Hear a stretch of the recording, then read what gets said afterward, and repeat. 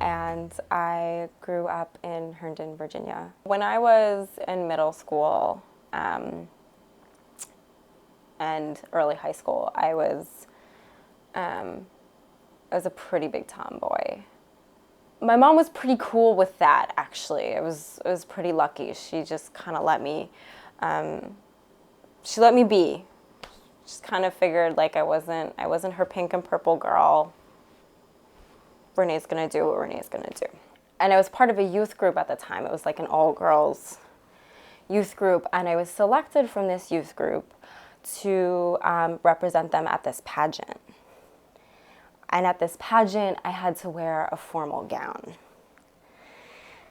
And so my 15-year-old self decided that to wear this formal gown, I was going to wear it with a fedora and a tie and elbow-length gloves. But it was like my way of like asserting like some kind of like gender mixing. If like I have to wear this like formal gown, like this is what I'm gonna do, and this is how I'm gonna do it as me. So over the course of the weekend, we had some downtime, and this mom decided to take it upon herself to kind of fix my gender. She was the epitome of like J. Crew mom. Like she just was always so neat and put together and had this perfect like little brown bob cut. She took me in her minivan, because of course she drove a minivan, and we went to the Gap. And she took me pants shopping to find more appropriate girly pants. I was kind of trapped, right? Because I couldn't really leave. Like she was my ride, and I couldn't leave until I got this pair of like real girl pants. And she was like looking at me with like this desperation and her like perfect eyeliner, like trying to get me to buy these like real girl pants that she thought would save me from something. So I found like some tight like flare leg jeans that like, fine. And we left. I think she really did want to do right by me.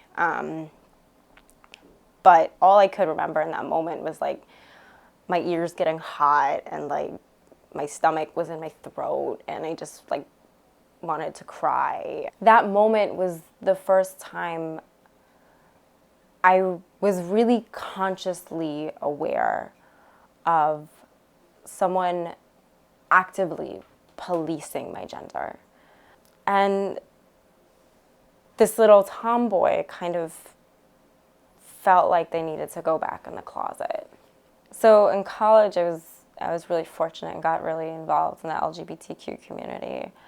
And it's funny because especially towards the end of college, I started to do a lot more research, particularly around the trans community. And I had a professor say to me once, "Oh, well, research is me search." And like sort of rolled my eyes at her. It wasn't until my second year internship that someone in my workplace came out as genderqueer. And they asserted that they were going to change their name, that they would be regarded as they, them, and their for their pronouns, and that this was the situation and this is how they were going to be respected.